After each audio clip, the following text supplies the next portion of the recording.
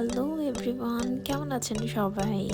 সকালে ঘুম থেকে উঠে ফ্রেশ হয়ে হঠাৎ আমার মনে হলো গতকাল আমার একটা পার্সেল ছিল লিপস্টিকের। সেটা আমি চেক করে দেখছিলাম যে ঠিক আছে কি না, শেডগুলো ঠিক আছে কি না। দেন রং চা খাবো।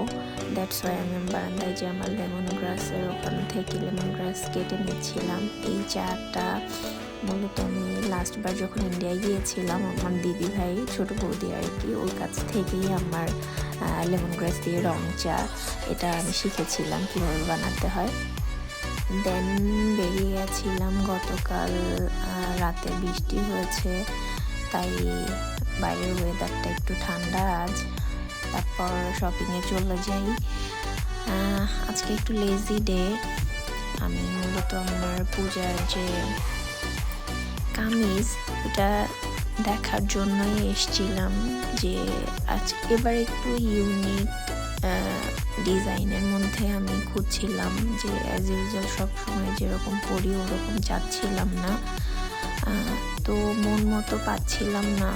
এখানে ফার্স্টে যে দোকানটায় গিয়েছিলাম, এই দোকানটাতে ওয়ান পিসগুলো খুবই সুন্দর ছিল, কালার কম্বিনেশনগুলো অনেক ভালো ছিল, রেগুলার ওয়্যারের জন্য খুবই ভালো।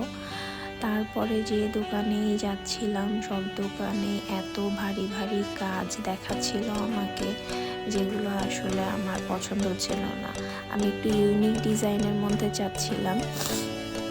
এই দোকানটাতে আমাকে অনেকগুলো ডিজাইন ওরা থ্রি পিস দেখাচ্ছিল, যেগুলো আমার অনেক, এটা তার মধ্যে একটা, এটাও আমার অনেক ভালো লেগেছিল। বাট পূজাতে ব্ল্যাক পরতে চাচ্ছিলাম না আমি। তো ওনারা অনেকগুলো থ্রি পিস দেখিয়েছিল, কিন্তু এত ভারী ভারী মনে হচ্ছিল আমি বিয়ের প্রোগ্রামে যাব, এরকম একটা মানে ব্যাপার স্যাপার। তো আমি এরকম চাচ্ছিলাম না। এটাও পছন্দ হয়েছিল, এটাও পছন্দ হয়েছিল। অনেক ঘুরের পর দিন চলে গেছিলাম টেক আউটে।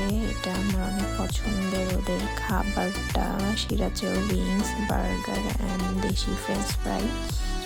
Then shopping done. Thank you for watching.